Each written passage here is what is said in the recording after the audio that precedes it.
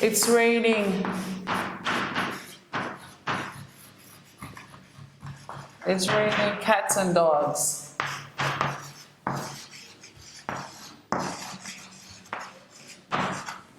It's raining cats and dogs.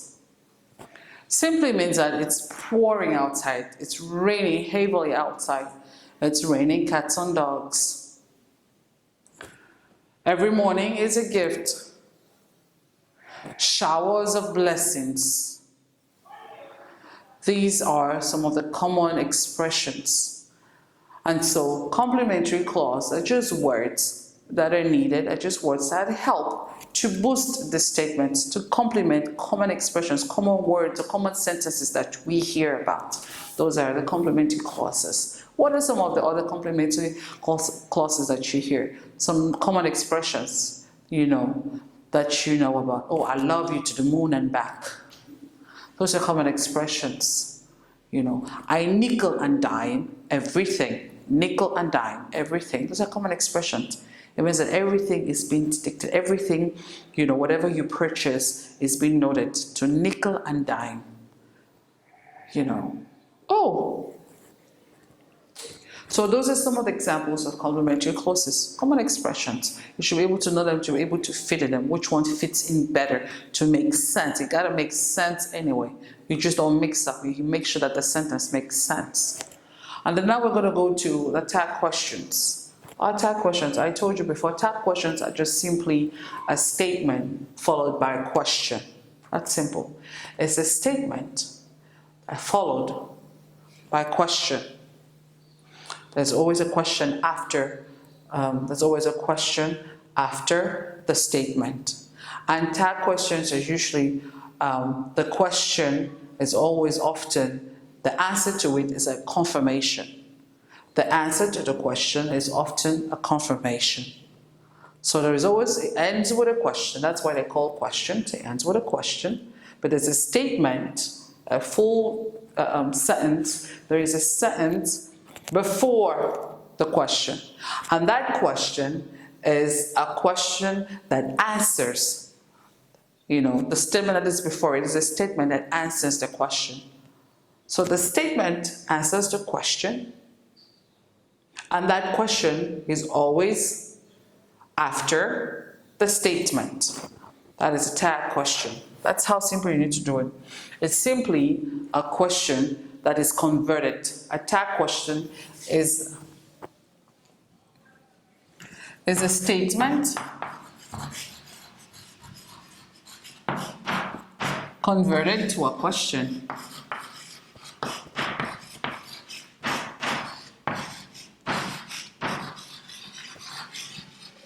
Is a statement converted to a question. And the statement could either be negative or could be positive. That question could either be a negative or could be a positive question. We should know that. And most oftentimes, the modal used or the auxiliary used in the statement is still used in the question. The model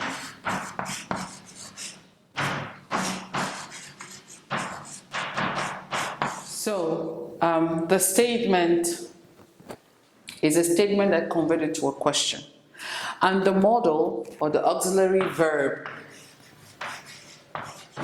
it's answered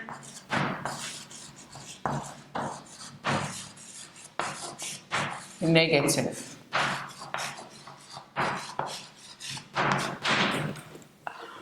If it's asked,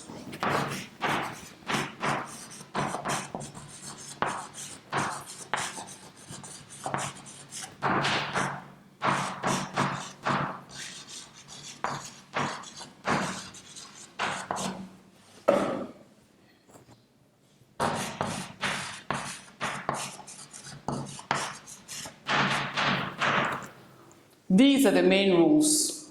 These two, basically, are the main rules to tag questions. Number one, the model or the auxiliary verb that is used in the statement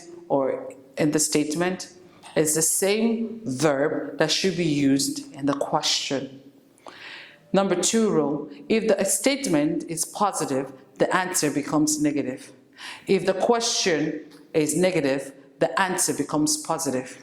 Of course, now we know what tag questions are. So we know that it's a statement which is being followed by a mini question.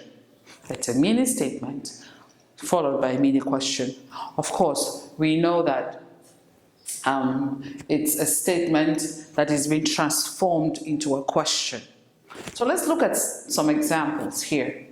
These are negative tag. Negative tags because the answers are going to be negative. That's what we call them, negative tags. You see, the questions are positive. It's cold outside. That's a positive. There's no negative here. So the answer has to be negative. That's why it's called a negative tag. It's cold outside. What is it going to be? It's going to be, isn't it? Isn't it? See? Isn't it? It's cold outside, isn't it? He should try harder. Shouldn't he? Shouldn't he? I've used the modal should. Yeah, the auxiliary is here. Shouldn't he? You like coffee, don't you? Don't you? Of course, you always have to put the question mark. You like coffee, don't you? That answers the question of the statement. I told us that the question should be able to answer the statement. Don't you? You like coffee, don't you?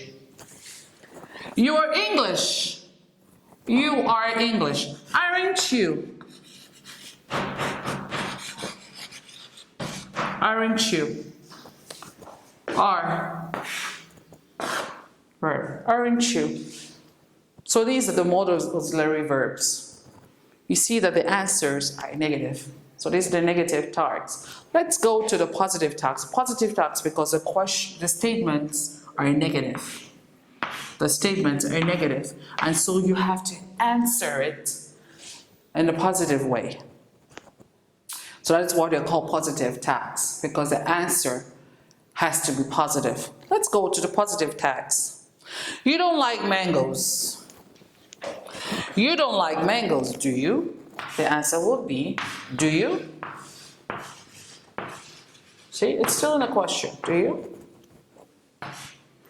It isn't raining, is it? Is it?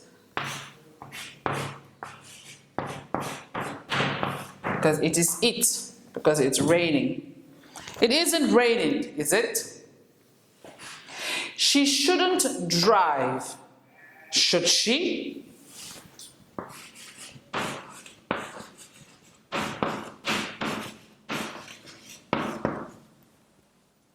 She shouldn't drive, should she?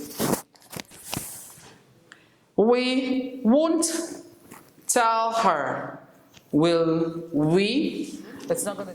It is, should she, will be.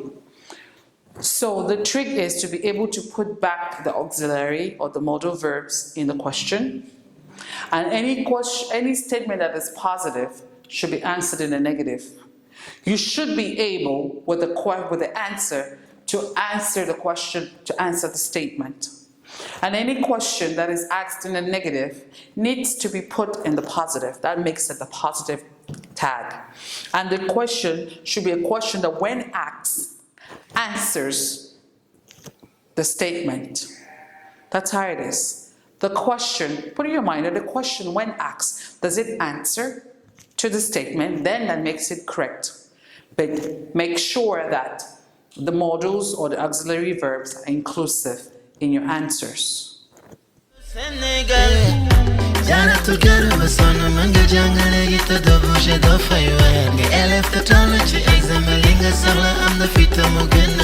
Assuré que le